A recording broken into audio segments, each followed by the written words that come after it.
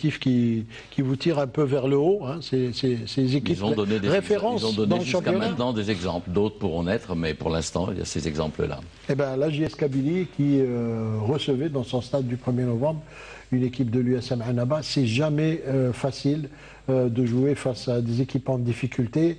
Et ça a été encore une fois prouvé dans ce match, Nassar Bouichi. Oui, moi je rejoins Alain Michel pour la référence de Steph et la JS Kabylie qui à chaque année donnent des matchs extraordinaires. Ils nous font vivre, ils nous donnent des émotions par rapport aux Coupes d'Afrique. Et je pense que la GSK revient petit à petit avec ses matchs en retard.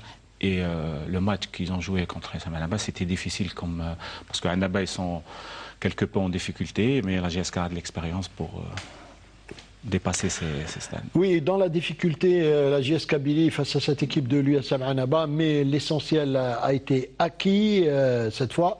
C'est bien Mohamed Boutriq qui est au commentaire.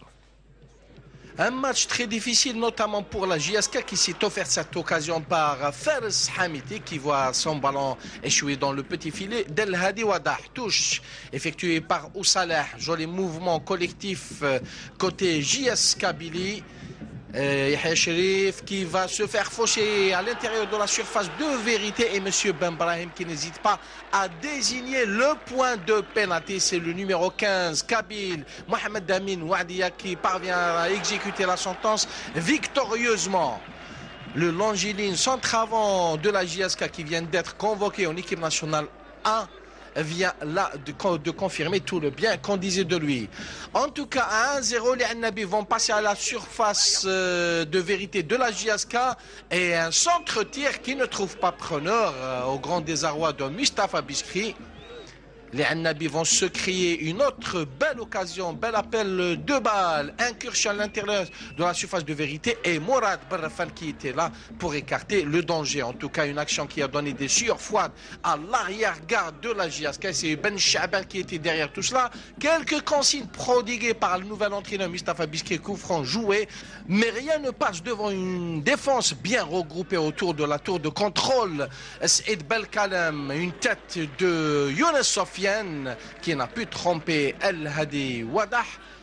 Les Canaries qui ont le ballon, Remash qui donne à Saad Tedjar, qui donne à Hamiti, qui n'hésite pas à remettre en profondeur en direction de Yahya Cherif, qui tente le retourner acrobatique, mais sa balle n'est pas cadrée. En tout cas, une légère domination côté JSK, réponse côté USM Annaba, un centre-tir. Et là, l'attaquant Annabi embusqué au deuxième poteau n'a pu catapulter cette balle au fond des filets du gardien Mourad Barrafan. Coup de sifflet final, victoire à l'arraché, certes de la JSK, mais ô combien précieuse. Voilà, et oui, une victoire précieuse pour l'équipe de l'entraîneur Guéguer, hein, puisque ça permet à la JSK de rester en contact avec les équipes de tête. Ah oui, en contact et en même temps les matchs en retard. Et la JSK rentre petit à petit dans le championnat. Après les nuages de la Coupe d'Afrique, c'était un peu difficile. Mais là, je pense qu'ils sont rentrés en plein pour la suite du championnat.